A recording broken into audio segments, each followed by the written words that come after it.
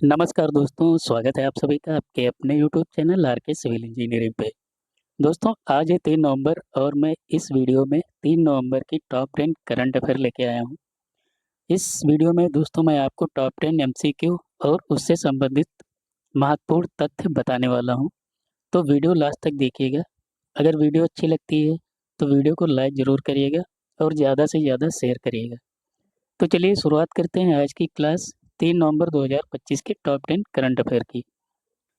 शुरुआत करते हैं दोस्तों क्वेश्चन नंबर 1 से। हमारा क्वेश्चन नंबर 1 क्या है? भारत ने फाइनल मैच में किसे हराकर अपना पहला महिला वनडे वर्ल्ड कप 2025 जीता है?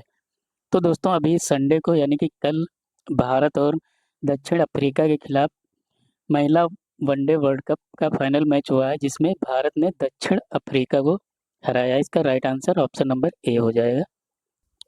आइए दोस्तों जानते हैं इस प्रश्न से संबंधित कुछ महत्वपूर्ण बातें जो आपके एग्जाम के पर्पज़ से बहुत ही ज़्यादा इम्पोर्टेंट है।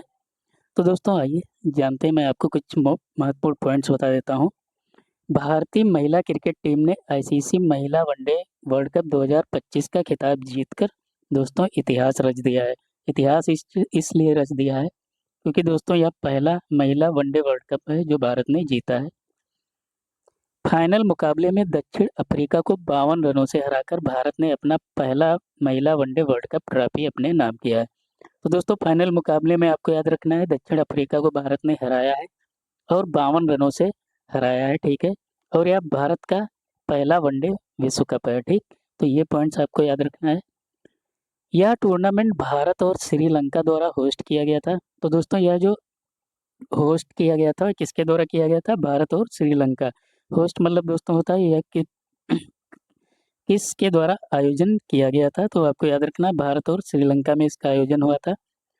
और जितने भी भारत और पाकिस्तान के मैच हुए थे वो सारे श्रीलंका में हुए थे, ये भी आपको बात याद रखनी है। और यह कब से कब तक हुआ था टूर्नामेंट? तो आपको याद रखना है 30 सितंबर से 2 नवंबर 2025 तक इसका आयोजन हुआ था। जिसमें दोस्तों कितनी टीम शामिल हुई थी? आपको याद रखना है 10 टीमें शामिल हुई थी, ठीक। फाइनल जो मैच है वो दोस्तों नवी मुंबई के DY पाटिल स्टेडियम में हुआ था। ये भी आपको पॉइंट याद रखना है, जो फाइनल मैच है नवी मुंबई के DY पाटिल स्टेडियम में हुआ था, ठीक। आइए दोस्तों जानते हैं आईसीसी महिला विश्व कप पुरस्कार विजेता कौन कौन है। तो दोस्तों आपको याद रखना है यह जो 2025 में आईसीसी महिला विश्व कप हुआ है इसका 13वां संस्करण आयोजित किया गया है भारत और श्रीलंका में। आपको ये भी याद रखना है। विजेता इसमें कौन रहा है? तो भारत रहा है। इसने जो भारत ने पहला अपना वनडे विश्व कप जीता है, ठीक। बात करें उप विजेता तो आपको याद रखना है दक्षिण अफ्रीका है। और फाइनल की प्लेयर ऑफ द मैच कौन है? शेफाली वर्मा है दोस्तों। शेफाली वर्मा ने फाइनल मैच में दोस्तों 87 रन की जबरदस्त पारी खेली और उन्होंने 2 विकेट भी लिए हैं फाइनल मैच में, ठीक। टूर्नामेंट की सर्वश्रेष्ठ खिलाड़ी की बात करें जो तो वो हैं दीप्ति शर्मा, ये भी दोस्तों भारत की है। इन्होंने 9 मैच में सबसे ज़्यादा 22 विकेट लिए हैं, ठीक। तो सबसे ज़्यादा विकेट भी आपको याद रखना है किसने लिए हैं? दीप्ति शर्मा ने लिए हैं। और बात करें दोस्तों पूरे विश्व कप में सबसे ज़्यादा रन किसने बनाए हैं? तो आपको याद रखना है लॉरा वुलवर्ड जो हैं ये दक्षिण अफ्रीका की हैं। इन्होंने 9 पारियों में 571 रन बनाए हैं, यानी कि कुल 9 मैच में 571 रन इन्होंने बनाए हैं और ये दक्षिण अफ्रीका के हैं, ठीक। तो ये कुछ पॉइंट्स हैं, इनको भी आपको याद रखना है। ये वेरी वेरी इंपॉर्टेंट क्वेश्चन है दोस्तों। बढ़ते हैं दोस्तों अपने अगले प्रश्न की तरफ। क्वेश्चन नंबर 2, आसियान समिट 2025 कहाँ आयोजित किया जाएगा? तो दोस्तों अभी आसियान समिट का आयोजन हुआ है। ये दोस्तों इसका राइट आंसर हो जाएगा ऑप्शन नंबर बी, मलेशिया में इसका आयोजन किया गया है आसियान समिट 2025 का, ठीक। ये पॉइंट आपको याद रखना है। आइए दोस्तों जानते हैं आसियान शिखर सम्मेलन 2025 से संबंधित कुछ महत्वपूर्ण पॉइंट्स जो आपको याद रखना है। आसियान शिखर सम्मेलन 2025 की 46वीं या 47वीं बैठक मलेशिया के कुआलालंपुर में आयोजित होगी। तो ठीक है, यह कहाँ आयोजित हुई है? कुआलालंपुर मलेशिया में, ठीक। इस शिखर सम्मेलन की अध्यक्षता जो है मलेशिया के प्रधानमंत्री माननीय दातो सेरी अनवर इब्राहिम ने की है, ठीक। इसकी जो अध्यक्षता की है वो किसने की है? आपको याद रखना है मलेशिया के जो प्रधानमंत्री हैं माननीय दातो श्री अनवर इब्राहिम ने की है, ठीक। और यह कब से कब तक आयोजित की गई है, तो आपको याद रखना है 26 से 28 अक्टूबर 2025 तक इसका आयोजन किया गया है। बात करें दोस्तों इस वर्ष की थीम क्या है, तो आपको याद रखना है क्षेत्रीय सहयोग को मजबूत करना। ये आसियान शिखर सम्मेलन 2025 की थीम है, ठीक। अगर बात करें तो भागीदारी भारत की तरफ से किसने ली है, तो आपको याद रखना है जो प्रधानमंत्री नरेंद्र मोदी जी हैं इस समिट में वर्चुअल यानी कि ऑनलाइन माध्यम से शामिल हुए थे इस शिखर सम्मेलन में। और बात करें दोस्तों वही 44वां या 45वां आसियान शिखर सम्मेलन कहाँ आयोजित किया गया है 2024 में, तो आपको याद रखना है वियंतियाने, लाओस देश के वियंतियाने शहर में इसका आयोजन किया गया था 44वां या और 45वां आसियान शिखर सम्मेलन का। दोस्तों ये सारे पॉइंट्स आप लोग नोट कर लीजिएगा, वेरी वेरी इंपॉर्टेंट ये क्वेश्चंस हैं, ये किसी ना किसी एग्जाम में आपको जरूर मिलेंगे। बात हो रही दोस्तों आसियान की, तो आइए आसियान के बारे में मैं आपको कुछ इंपॉर्टेंट पॉइंट्स बता देता हूँ, ये भी आपको याद रखना है। आसियान का पूरा नाम दोस्तों है दक्षिण पूर्व एशियाई देशों का संगठन, इसका पूरा नाम है। इसकी स्थापना वर्ष है 1967 में आसियान की स्थापना की गई थी। और इसका जो मुख्यालय है दक्षिण पूर्व एशियाई देशों के संगठन का जो मुख्यालय है वो आपको याद रखना है जकार्ता इंडोनेशिया में है। और इसके जो वर्तमान महासचिव हैं वो हैं कावो हिम हाउर्न, ये जो है इसके वर्तमान महासचिव हैं, ठीक है, आसियान आसियान के। और आसियान में दोस्तों सदस्य देश वर्तमान में कितने हैं, तो आपको याद रखना है 11 सदस्य देश हैं। और 11वां जो सदस्य देश है वो तिमोर लेस्ते है। और ये अभी जो दोस्तों 46वीं 47वीं जो बैठक हुई है आसियान की, उसमें इसे यह जो 11वां देश शामिल किया गया है, तो ये पॉइंट भी आपको याद रखना है। तिमोर लेस्ते जो है 2025 में आसियान में शामिल किया गया है, ठीक। अगला प्रश्न है दोस्तों क्वेश्चन नंबर 3। क्वेश्चन नंबर 3 हमारा क्या है, महिला वनडे विश्व कप में सबसे तेज 5000 रन का आंकड़ा पार करने वाली दूसरी भारतीय कौन बनी है, तो दोस्तों इसका राइट आंसर हो जाएगा स्मृति मंदाना। इन्होंने दोस्तों महिला वनडे विश्व कप में 5000 रन बनाए हैं और यह भारत की दूसरी सबसे 5000 रन बनाने वाली दूसरी भारतीय बनी है, ठीक। तो ये पॉइंट भी आपको याद रखना है, ये भी वेरी इंपॉर्टेंट क्वेश्चन है। आइए जानते हैं दोस्तों इस प्रश्न से संबंधित कुछ प्रमुख बिंदु, इंपॉर्टेंट पॉइंट्स। स्मृति मंदाना ने हाल ही में महिला वनडे अंतर्राष्ट्रीय क्रिकेट में 5000 रन पूरे किए हैं। कितने रन पूरे किए हैं, आपको याद रखना है 5000 रन पूरे किए हैं। यह उपलब्धि हासिल करने वाली भारत की दूसरी और दुनिया की 5वीं महिला बल्लेबाज बनी है, ठीक। आपको याद रखना है कि ये 5वीं महिला बल्लेबाज बनी है दुनिया की जिन्होंने 5000 रन बनाए हैं। उन्होंने क्या ऑस्ट्रेलिया के खिलाफ एक मैच में यह कीर्तिमान स्थापित किया, तो किसके खिलाफ इन्होंने कीर्तिमान स्थापित किया है, तो ऑस्ट्रेलिया के खिलाफ खेले गए मैच में इन्होंने यह रन बनाए हैं। वह वनडे में सबसे तेज 5000 रन, तो दोस्तों पारियों के हिसाब से 112 पारी में इन्होंने 5000 रन बनाए हैं। सबसे युवा महिला क्रिकेटर हैं, ठीक। तो आपको ये भी पॉइंट सारे याद रखना है, इन्होंने 112 पारियों में यह बनाया है। और इन्होंने दोस्तों एक चीज़ और आपको याद रखना है, इन्होंने जो है विराट कोहली का भी रिकॉर्ड तोड़ दिया है।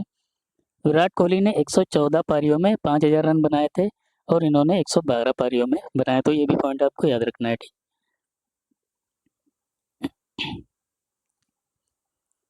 अब आइए दोस्तों जानते हैं महिला क्रिकेट में सबसे तेज 5000 वनडे रन बनाने वाली क्रिकेटर कौन कौन सी हैं, तो आपको सबसे पहले याद रखना है इंडिया की हैं स्मृति मंदाना, इन्होंने कुल 112 पारियों में 5000 रन बनाए हैं, ठीक।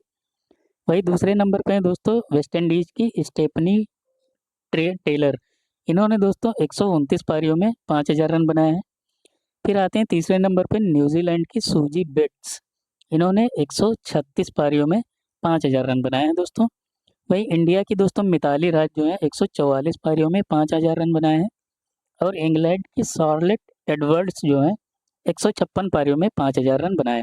तो ये दोस्तों 5 महिला खिलाड़ी हैं जिन्होंने सबसे तेज 5000 वनडे रन बनाए हैं, ठीक। ये पॉइंट्स भी आपको याद रखना है।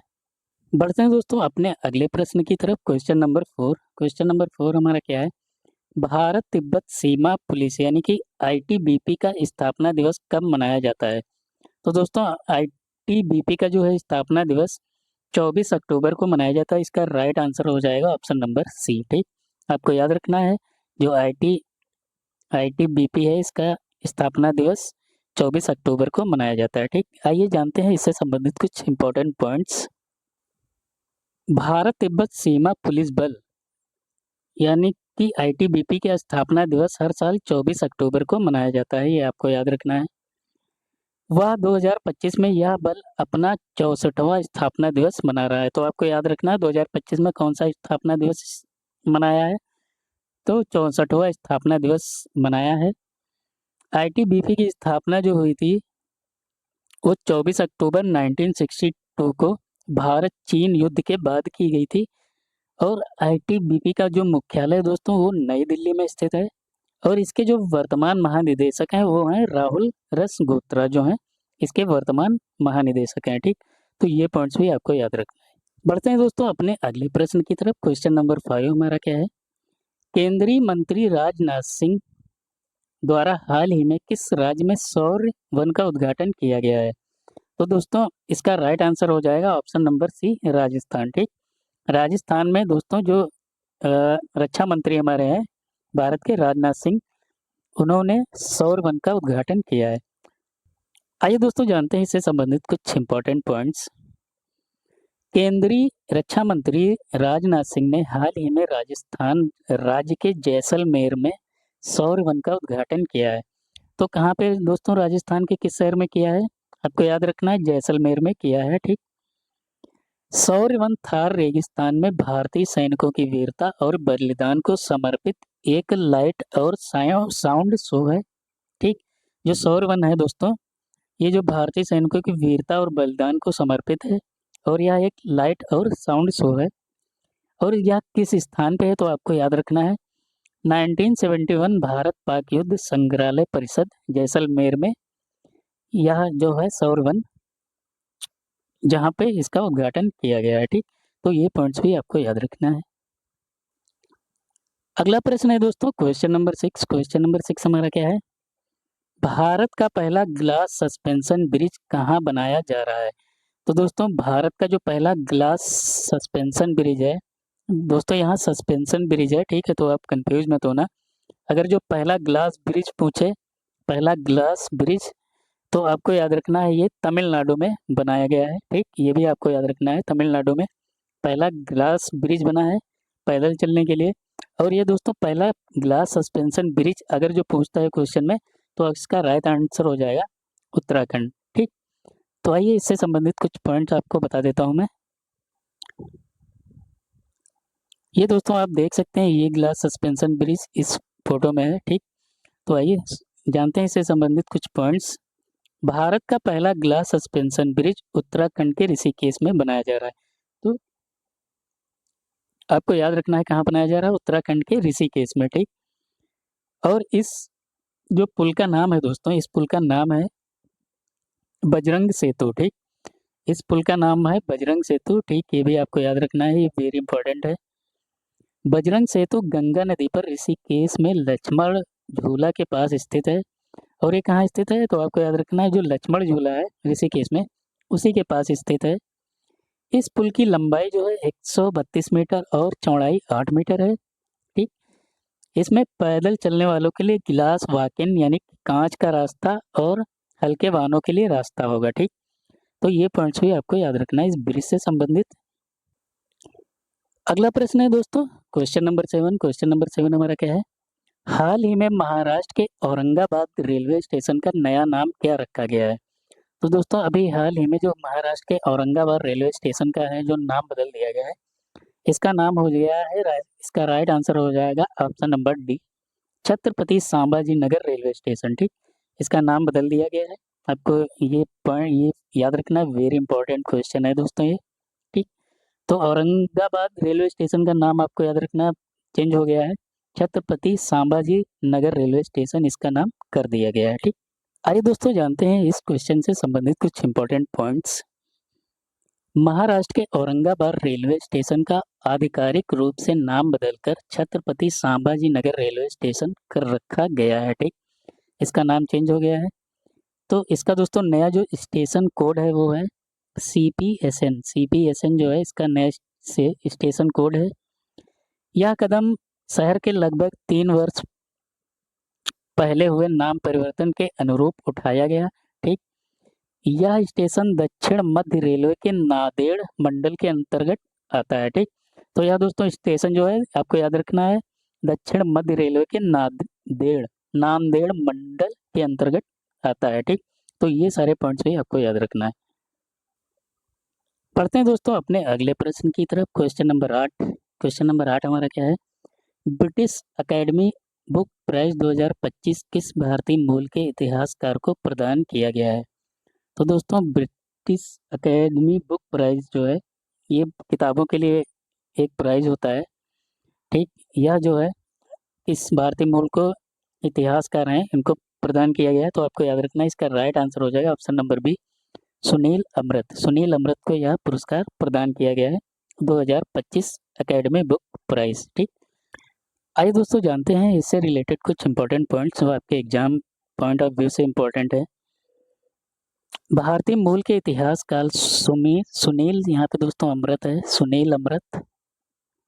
सुनील अमृत को वर्ष 2025 का ब्रिटिश अकेडमी बुक प्राइज उनकी पुस्तक, दोस्तों पुस्तक का नाम याद रखना है, the burning earth and environmental history of the last 500 years. ठीक, ये बुक है, ये इस बुक का नाम है, इसके लिए यह इनको अवार्ड मिला है ये। ठीक, द बर्निंग अर्थ बीते 500 वर्षों के मानव इतिहास और पर्यावरणीय बदलावों का विश्लेषण प्रस्तुत करती है।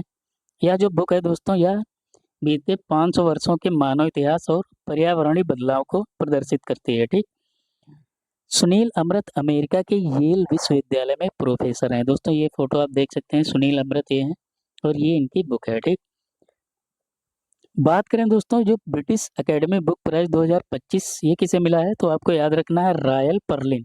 ये दोस्तों अमेरिकी लेखिका हैं, इनको 2025 ब्रिटिश अकेडमी बुक पुरस्कार मिला था। ठीक, 2024 का। तो ये पॉइंट्स भी आपको याद रखना है। अगला प्रश्न है दोस्तों क्वेश्चन नंबर 9। ये वेरी इंपॉर्टेंट है, तो वेरी इंपॉर्टेंट क्वेश्चन है ये।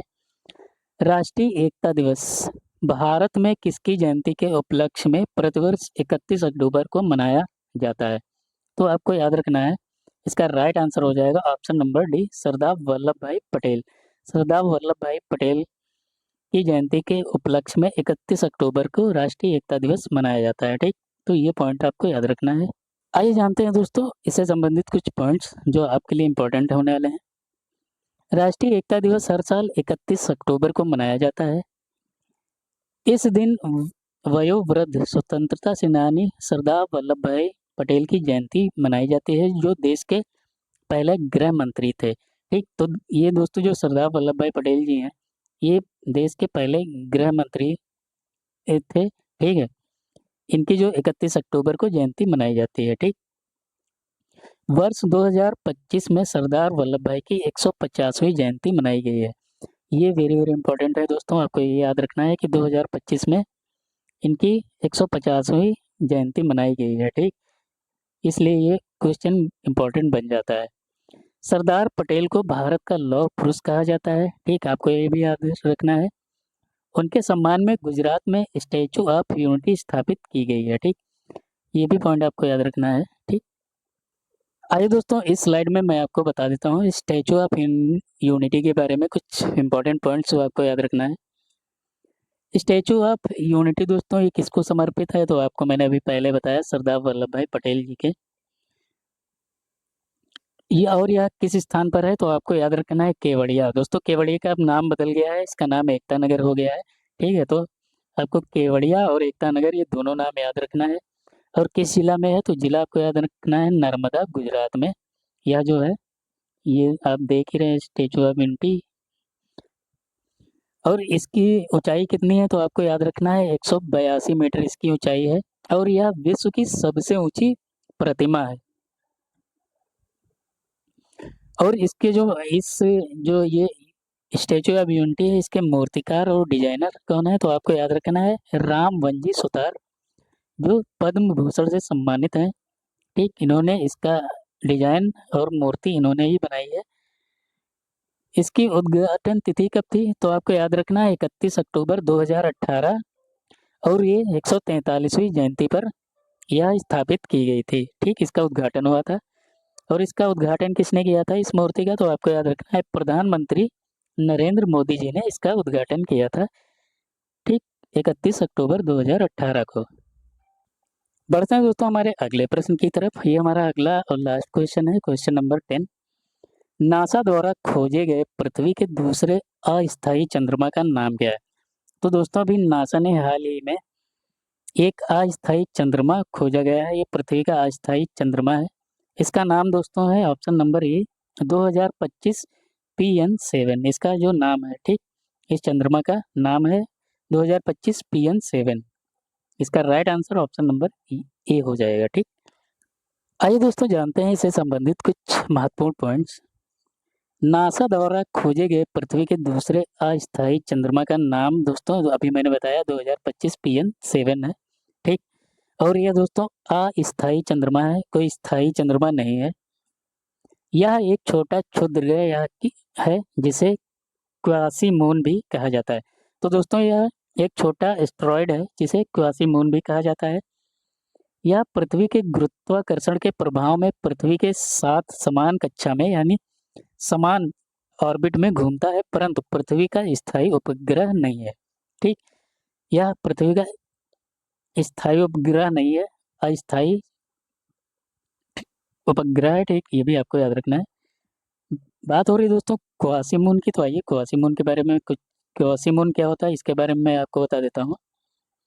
यह सूर्य की परिक्रमा करता है, ना कि पृथ्वी की। जो जो ये दोस्तों क्वासी-मून होता है, ठीक, जो यह अस्थायी चंद्रमा होता है, यह सूर्य की परिक्रमा करता है, पृथ्वी की नहीं करता है। इसकी कक्षा पृथ्वी की कक्षा से बहुत मिलती-जुलती होती है। यह पृथ्वी के साथ चलता हुआ प्रतीत होता है। दोस्तों यह पृथ्वी के साथ चलता या घूमता हुआ प्रतीत होता है। यह पृथ्वी के गुरुत्वाकर्षण से बंधा नहीं होता है। ठीक, यह पृथ्वी के गुरुत्वाकर्षण से या ग्रेविटी से बंधा नहीं होता है असली चांद की तरह, इसलिए यह दोस्तों असली चांद की तरह स्थायी नहीं होता है। ठीक, यह एक अस्थायी मून है, इसका आपको नाम याद रखना है। ठीक, तो ये थे दोस्तों हमारे आज के टॉप 10 करंट अफेयर। आशा करता हूँ आपको वीडियो अच्छी लगी होगी। वीडियो अच्छी लगी हो तो वीडियो को लाइक ज़रूर करिएगा। मेरे चैनल पे नए हैं तो प्लीज़ चैनल को सब्सक्राइब ज़रूर करिएगा। तब तक मिलते हैं दोस्तों अगली क्लास में। तब तक के लिए जय हिंद, टेक केयर, बाय बाय।